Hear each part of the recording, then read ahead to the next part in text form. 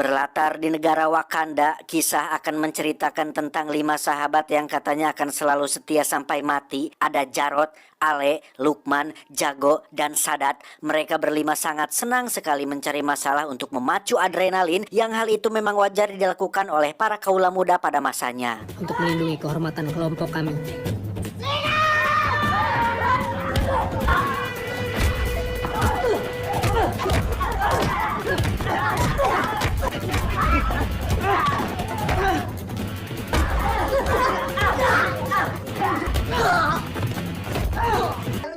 Bener kan? Gitu dong. Bener.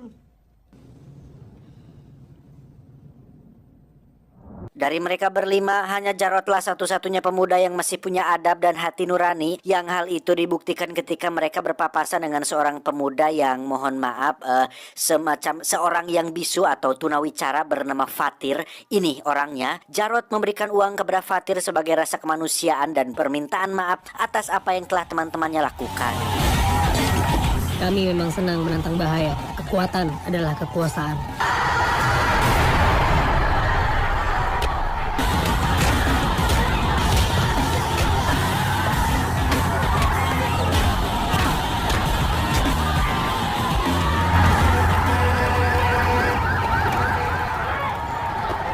Sehabis tawuran di kolong jembatan, mereka berlima secara kebetulan berpapasan dengan adik perempuannya si Ale yang masih sekolah SMA bernama Aisyah. Ini parasnya, yang ketika sapu tangannya terjatuh, Jarod dengan sigap langsung mengembalikannya, dan seperti yang sudah Anda duga, timbullah benih-benih cinta dan asmara di antara mereka berdua, tapi belum berani untuk mengungkapkannya. Lalu, makasih ya. Kok duduk mulu sih? Karena nabrak lo. singkat cerita, diadakanlah pertandingan sepak bola antar kampung di mana Jarod dan kawan-kawan akan melawan tim dari kampung tetangga yang dipimpin oleh Aceng. Yang pertandingan ini sendiri berlangsung cukup sengit, bahkan tidak terlihat seperti sepak bola, malah lebih ke arah gegelutan yang dibumbui dengan bola sepak.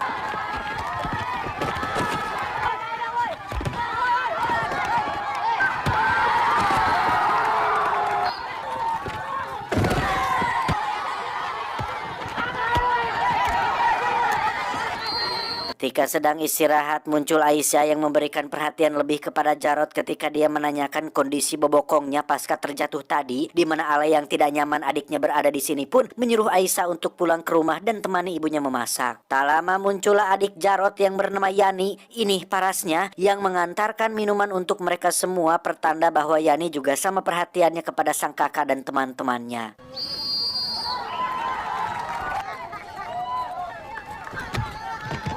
Babak kedua pun dimulai dengan cukup keras dan brutal tatkala bolanya hanya digunakan sebagai perantara untuk mereka bisa adu sikut dan kaki, di mana saat Ale berhasil mencetak gol, Aceng yang tidak terima pun melemparkan bola tersebut tepat di kepala Ale hingga keributan pun tak terhindarkan.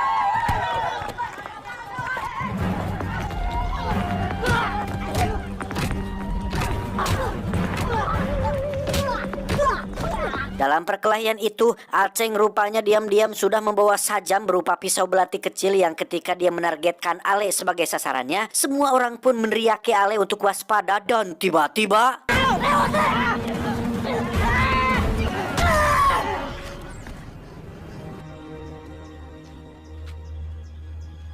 ya, demi Ale sahabatnya, Jarod nekat memukul kepala si Aceng hingga tewas, di mana esok harinya polisi langsung menjemput Jarod ke rumahnya, yang pada momen tersebut Ale dan kawan-kawan hanya bisa terdiam tanpa memberikan pembelaan atas sahabatnya yang katanya akan setia dalam kondisi apapun, kapanpun, dan dimanapun. Omong kosong.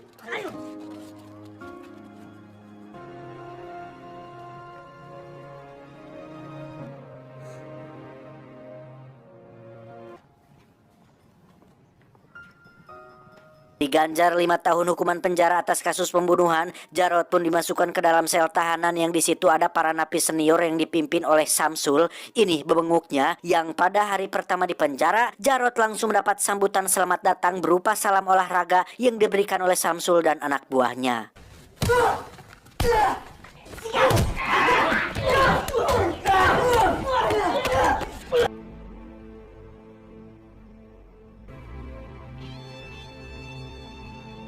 Selama 1 tahun, Jarod terus mendapat siksaan dan intimidasi dari Samsul dan anak buahnya. Hal itu terlihat jelas dari wajah Jarod yang selalu babak belur hampir setiap hari. Namun meski begitu, Jarod selalu saja melawan sekuat tenaga meski pada satu titik dia benar-benar dilecehkan dan diambil kehormatannya ketika Samsul melakukan tindakan tidak senonoh pada liang tageg milik si Jarod.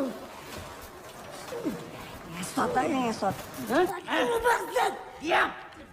Omong lo. Bangsat. Gue lebih baik mati ya.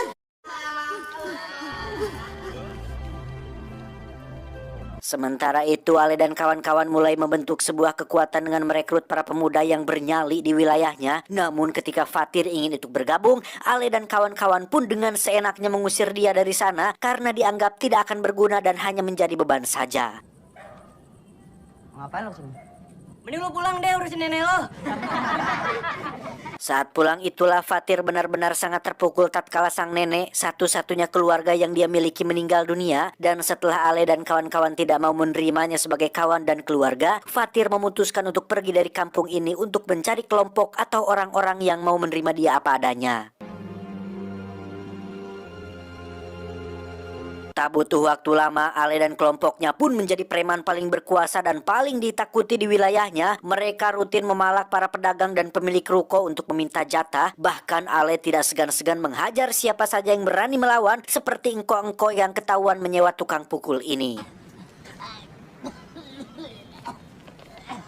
Selama 1 tahun itu pula, Ale dan kawan-kawan tidak pernah sekalipun menjenguk Jarod di penjara. Yang hal itu tentu saja membuat Jarod merasa sangat kecewa dan sakit hati. Janji di awal akan setia sampai kapanpun.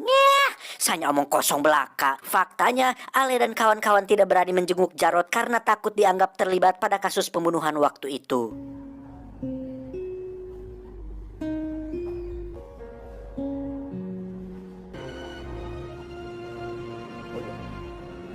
Ale sendiri sebenarnya sadar betul jika keputusan mereka tidak menjenguk Jarod pasti akan menyakiti hatinya. Yang hal itu dibuktikan ketika mereka sedang minum-minum dan ada Yani, adiknya si Jarod, kebetulan sedang jajan. Mereka langsung terdiam dan tertunduk malu karena rumah sasalah tidak menjenguk kakak Yani alias sahabat mereka sendiri. Tak hanya itu, di rumah pun Ale kembali dibuat merasa semakin bersalah saat adiknya yang paling kecil ketahuan menyimpan foto Ale dan Jarod, di mana Ale memilih untuk sengaja tidak peduli karena malu jika harus mengakui Jarod sebagai sahabatnya. Padahal jika bukan karena Jarod, mungkin Ale sudah mati, benar-benar tidak tahu berterima kasih. Kembali ke Jarod yang benar-benar sudah muak dengan semua penderitaan ini, dia memutuskan untuk melatih otot-ototnya dengan push up dan berbagai macam latihan tepat di hadapan para napi senior yang selama berbulan-bulan dia latihan sampai berewokan. Mulailah terlihat sesi latihannya ketika Jarod mampu menumbangkan dan menundukkan semua anak buah si Samsul.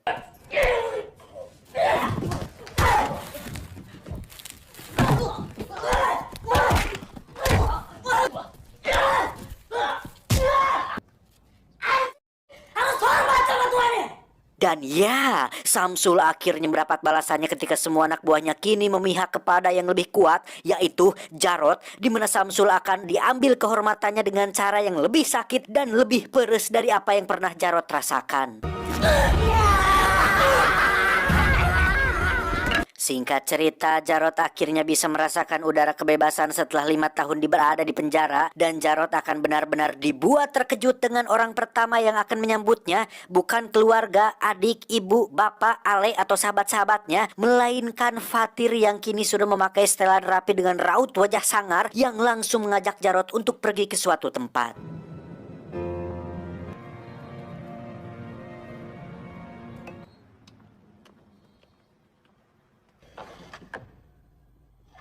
Dan inilah markas geng Naga Hitam, sebuah kelompok mafia leletikan yang dipimpin oleh seorang bos besar bernama, kita panggil saja si bos besar. Ini bebenguknya, beliau rupanya sudah lama memantau Jarod selama berada di penjara sesuai dengan rekomendasi dari Fatir. Beliau melihat sebuah potensi yang besar dalam diri Jarod yang membuat si bos besar tertarik untuk mengajaknya bergabung dalam ring-rengan Naga Hitam ini.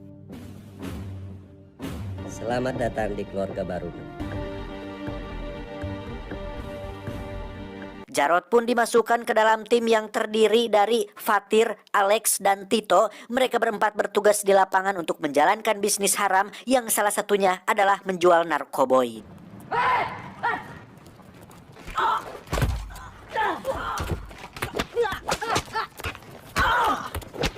Lex, cukup Lex. Pada titik ini, kita masih bisa melihat moral dan hati nurani Jarod yang masih punya sedikit rasa belas kasihan dengan meminta mereka untuk jangan bertindak berlebihan. Berbeda dengan Fatir yang di awal nampak lemah, pendiam, dan diremehkan, sekarang dia menjadi seorang yang paling kejam, bengis, dan tak berperasaan ketika menembak para pengedar ini tanpa memikirkan moral dan adab kemanusiaan.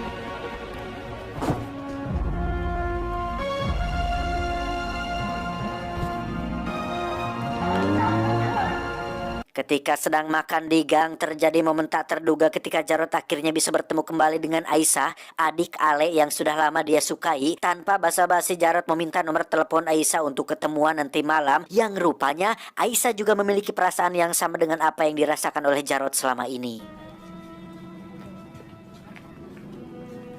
Tepat di lokasi pasar malam, mereka berdua pun bertemu dengan agenda untuk bobogohan dan saling mengenal lebih dekat satu sama lain. Sadar bahwa hubungan ini pasti tidak akan direstui oleh Ale, mereka berdua memutuskan untuk backstreet alias jalan belakang, yang intinya mereka akan diam-diam pacaran tanpa diketahui oleh siapapun. Aku senang banget bisa ketemu kamu malam ini.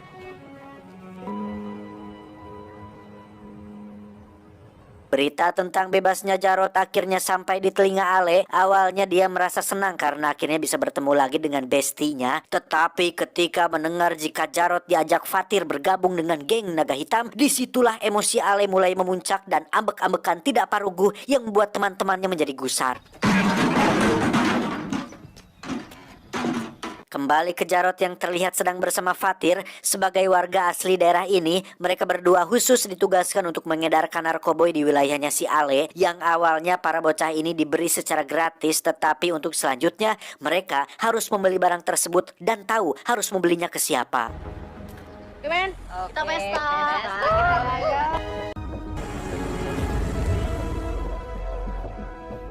Suatu malam, tepat saat pesta ulang tahun ibunya si bos besar, Jarod dipuji oleh beliau berkat pekerjaannya yang rapi dan berdikari. Bahkan Jarod diminta untuk berfoto bersama keluarga besar si bos karena sudah dianggap sebagai keluarga sendiri. Selesai pesta ulang tahun, Jarod diajak si bos masuk ke dalam sebuah klub malam untuk hiburan dan melemaskan tam lehenya, yang di situ Jarod benar-benar akan dibuat shock, ruas, ngejenghok, kaget, terkejoet ketika melihat Yani adiknya menjadi seorang penyanyi di tempat maksiat ini. Bahkan yang lebih menyakitkan lagi adalah ketika si bos besar meminta Yani duduk di kursi mereka, Jarod sebagai kakak tidak bisa berbuat apa-apa dan hanya bisa tertunduk malu dengan fakta yang dialaminya saat ini.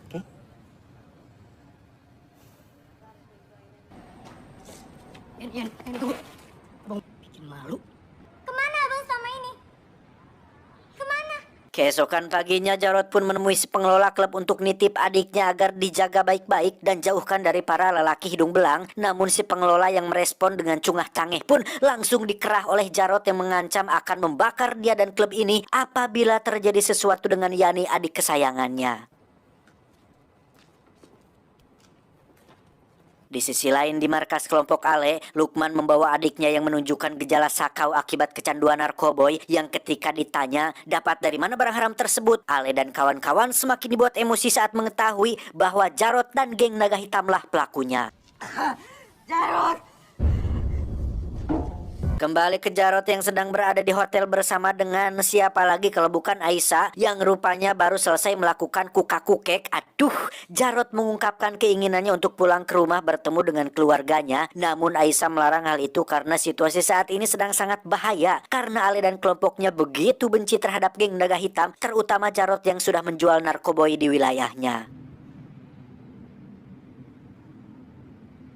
Esok paginya ketika Jarod dan Fatir sedang berkendara, secara kebetulan ada Ale dan kawan-kawan yang segera nyikat sepeda motor milik orang lain seenak jidat mereka sendiri. Dalam pengejaran itu, kita bisa melihat ekspresi dan aura si Fatir yang di awal kita mungkin akan memiliki sedikit rasa kasihan, simpati atau nalangsa dengan betapa diremehkannya si Fatir ini. Namun lihat sekarang, betapa kalem, tenang, dan menakutkannya si Fatir tatkala mengacungkan sepucuk pistol sambil tetap fokus ke depan jalan yang akibat masa lalu yang kelam dan penuh penderitaan, Fatir yang sekarang pun perlahan mulai berubah menjadi sosok psikopat yang tidak kenal ampun.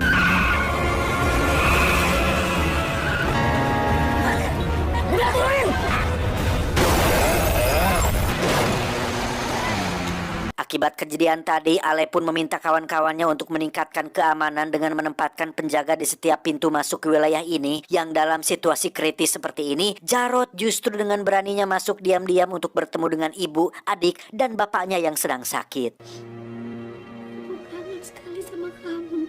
Mau apa kamu kesini?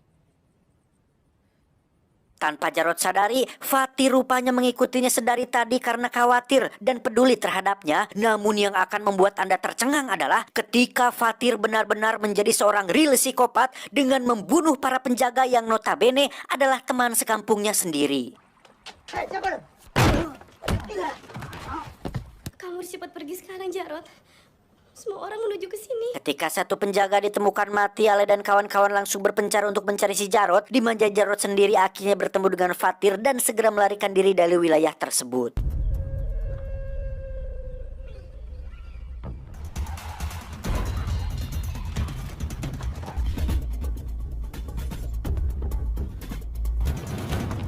Berhenti semua mobil!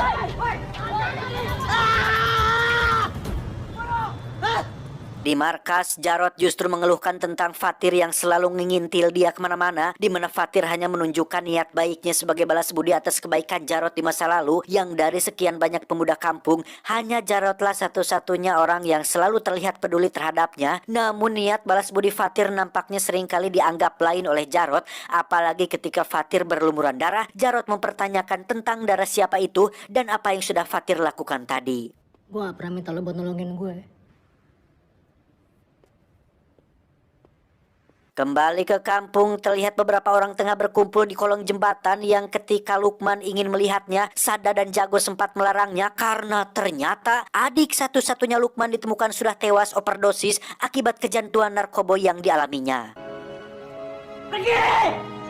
Pergi! Tak terima adik kesayangannya mati, Lukman pun mendatangi Jarod dan kawan-kawan ketika sedang berada di jalanan, di mana Fatir yang selalu waspada pun berhasil menyergap Lukman dari belakang, yang ketika Jarod menyuruh Fatir untuk melepaskannya, Jarod mencoba menjelaskan jika dia tidak melakukan apa-apa pada adiknya, dan tiba-tiba... Mati lo aja!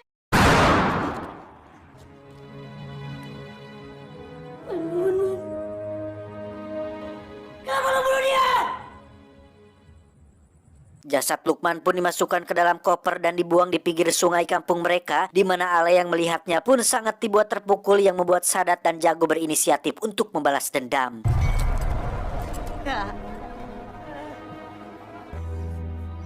Kamu bisa tinggal diam, kita harus balas dendam. Dan betapa pengecutnya Sadat Jago ketika memilih untuk membalas dendam kepada adik Jarod yang lemah, di mana mereka berdua memperkosa Yani tepat di dalam klub tanpa adanya tanggung jawab dari sang pengelola klub tersebut.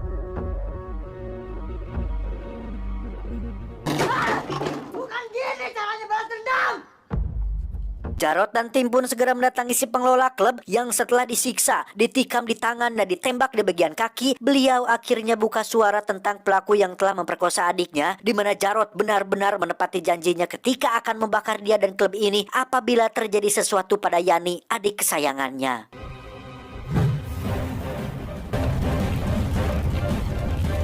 Jarod pun pulang ke rumah untuk melihat kondisi Yani yang nampak depresi berat pasca kejadian malam itu. Dan siapa kakak yang tega melihat adik sendiri, satu-satunya adik yang disayangi seolah tidak memiliki masa depan lagi, sekarang hilang kehormatannya oleh temannya sendiri. Tak sulit bagi Jarod dan tim untuk menangkap Sada dan Jago yang disergap ketika sedang berada di jalanan. Mereka berdua pun dibawa ke markas dengan kondisi terikat di kursi, dan di ruangan penyiksaan inilah mereka berdua akan merasakan betapa kejam dan bengisnya si Fatir tatkala di disuruh untuk mengeksekusi mereka berdua menggunakan sebuah palu besar. Tolong ampunin kita. Rod, jangan. Lepasin kita.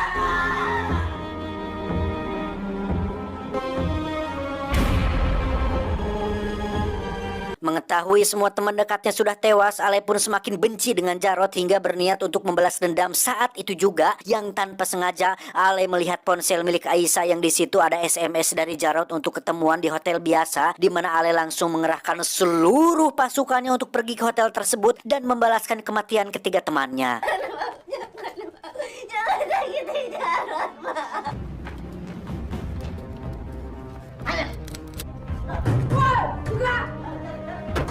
Jarod nampaknya masih ditangtayungan oleh Yang Maha Kuasa ketika Fatir, Alex, dan Tito diam-diam mengikuti dia sampai ke hotel yang secara pas sekali melihat Ale dan pasukannya turun untuk melakukan penyerangan, sehingga Alex segera menghubungi Jarod untuk turun sesegera mungkin. Dijemput Fatir, mereka berdua pun terlibat kejar-kejaran yang ketika sudah ketahuan, baku tembak pun tak terhindarkan lagi.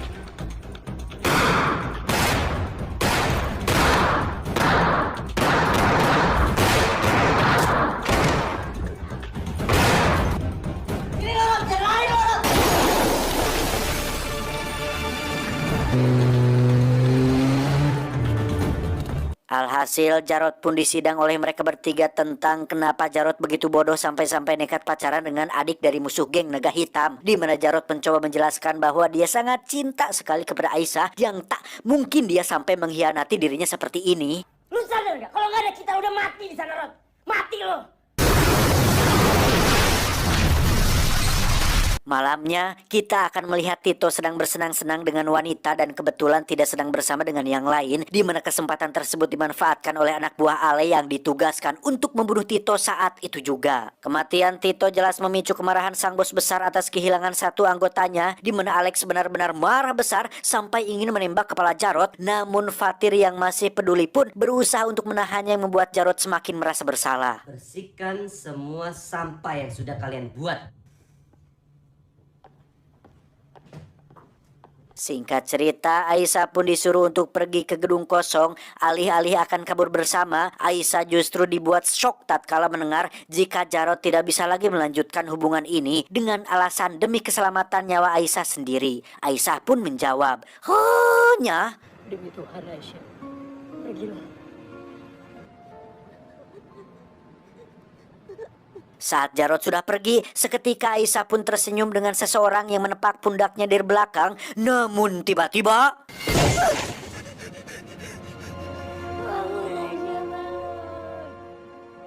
kematian Aisyah tentu membuat Ale dan ibunya serta adik bungsunya merasa sangat terpukul. Bahkan sang ibu sendiri menyumpahi sang pelaku agar mati seperti yang dialami oleh anaknya. Untuk Jarod, hari-harinya selalu dirundung kesedihan disertai hulu yang liar akibat alkohol yang terus ditenggaknya, di mana Jarod curhat kepada Fatir bahwasannya geng Naga Hitam harus menyudahi peperangan dengan kelompok Ale dan berdamai tanpa ada lagi pertumpahan darah.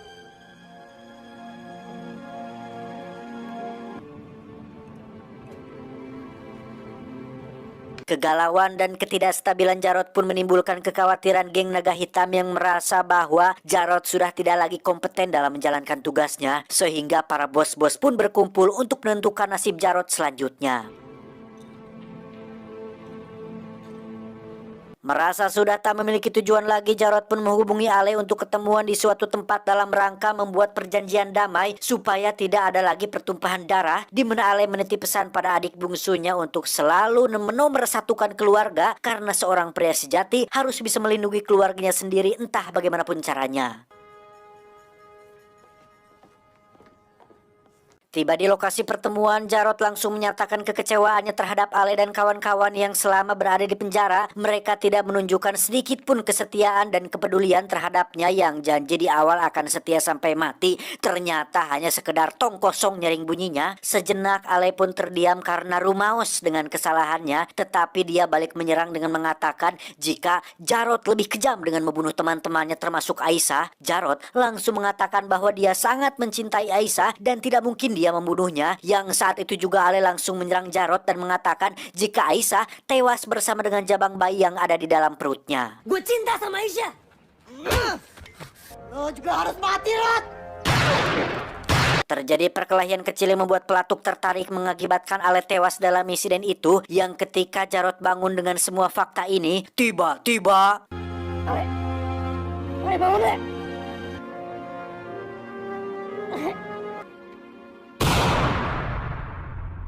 ya, seperti yang sudah pernah saya katakan, Fatir adalah sosok paling berbahaya di antara yang lain, di antara aktor-aktor atau karakter yang ada di film ini, di mana penderitaan dan sakit hatinya di masa lalu membuat Fatir nekat membunuh Jarot, satu-satunya orang yang selalu peduli terhadapnya. Namun karena ini adalah perintah dari bos besar Naga Hitam, Fatir tidak memiliki pilihan lain selain membunuh Jarot yang bisa menjadi ancaman bagi geng Naga Hitam.